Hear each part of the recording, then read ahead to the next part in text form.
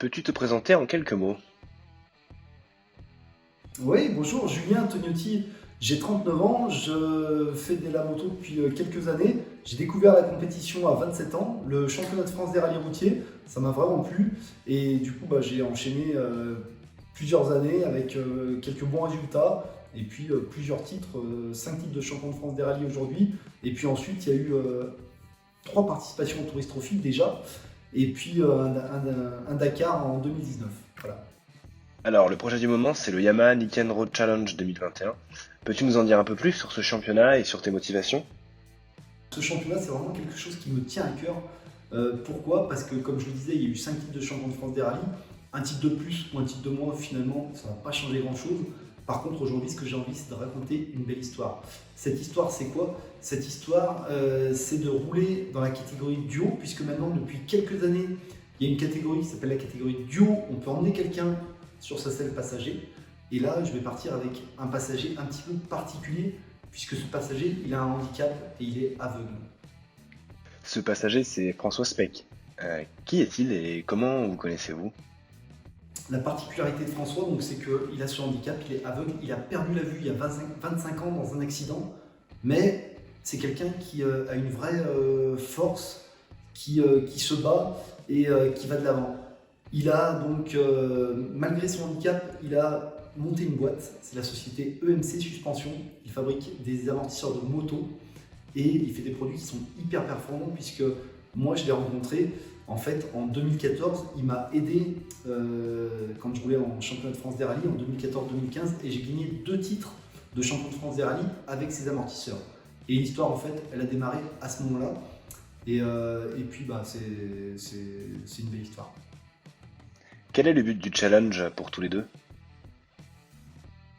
Alors le but, c'est vraiment de mettre le handicap en avant, parce que malgré ce handicap, aujourd'hui, François, il a monté une société, il vend 4000 amortisseurs dans l'année et il emploie 15 personnes.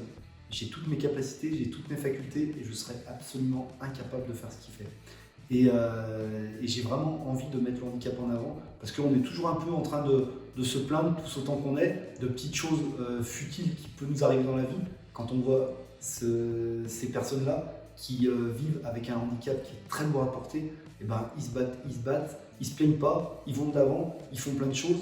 Et François, voilà, il mérite le respect. En fait, il nous donne un peu une leçon de vie tous les jours. C'est ça qui est important. Et par rapport à ça, je me dois de le mettre en avant et je me dois de mettre le handicap en avant. Et une dernière chose qui est importante pour moi, c'est que cette histoire elle me tient particulièrement à cœur parce que le handicap, en fait, je l'ai touché du bout du doigt. J'ai eu un gros crash au Dakar la veille de l'arrivée et du coup, je suis passé à 2 doigts d'être. Enfin, dans le meilleur des cas, je devrais être dans un fauteuil roulant aujourd'hui. Dans le pire des cas, je devrais être dans une caisse en bois. Et donc, le handicap, je l'ai vraiment touché du doigt. Et du coup, cette histoire, elle me tient à cœur et j'ai vraiment envie de la raconter. Quelles sont les étapes de préparation pour ce rallye? Alors, les étapes de préparation, il y a une petite préparation physique, ça c'est évident, parce que il faut quand même que François aussi il se prépare à ça, parce que c'est quelque chose pour lui qui est pas facile, mais je reviendrai là-dessus. Et puis la préparation, il y a aussi la préparation de la moto, puisqu'il faut mettre les bons pneus, il faut mettre les bonnes suspensions. Alors là, c'est bien parce que pour les suspensions et pour l'amortisseur, j'ai un bon contact. Après, il faut mettre de l'éclairage de feu additionnel. Voilà, il faut mettre un dérouleur de roadbook. Il y a pas mal de petites choses à faire. C'est vrai qu'on a le plaisir d'être accueilli aujourd'hui dans ton atelier et on remarque que tu travailles sur deux motos actuellement. Pourquoi? Alors de moto, ça c'est une bonne question. Il y aura déjà une première moto donc, pour François et pour moi, et cette deuxième moto elle sera destinée à un journaliste. L'idée c'est de mettre un journaliste différent sur chaque épreuve, pour qu'il nous suive et qu'il puisse vivre l'aventure de l'intérieur avec nous. En plus, ce qui sera intéressant, c'est qu'on sera relié par un intercom Cardo et que justement, on pourra échanger François et moi sur la moto quand on sera en liaison. Je pourrais prendre les infos pour savoir lui comment il a vécu la spéciale chronométrée et on pourra aussi échanger avec le journaliste et le journaliste pourra vraiment parler avec lui et lui poser des questions en roulant en liaison sur route ouverte. Avec tes 5 titres de champion de France des rallyes, comment apprends-tu ce rallye en duo avec François? Est-ce que c'est nouveau pour toi et est-ce que vous avez déjà roulé ensemble? Alors oui, effectivement, on a déjà roulé ensemble. On a fait déjà une course, seulement une course en 2017. C'était un petit peu un one shot. On a fait ça sans trop de préparation. C'était juste, j'avais lancé l'idée, il a accepté et puis voilà. Et puis ça s'est très bien passé. Et puis du coup, bah, là, on s'est dit qu'on allait faire une saison complète.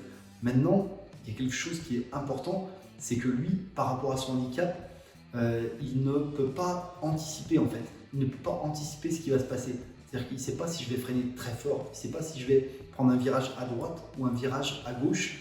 Et en fait, il y a une grosse responsabilité sur mes épaules, c'est qu'il faut que je lui annonce, grâce à cet intercom cardio, il faut que je lui annonce chaque virage et chaque freinage en fait, pour que lui, il puisse anticiper.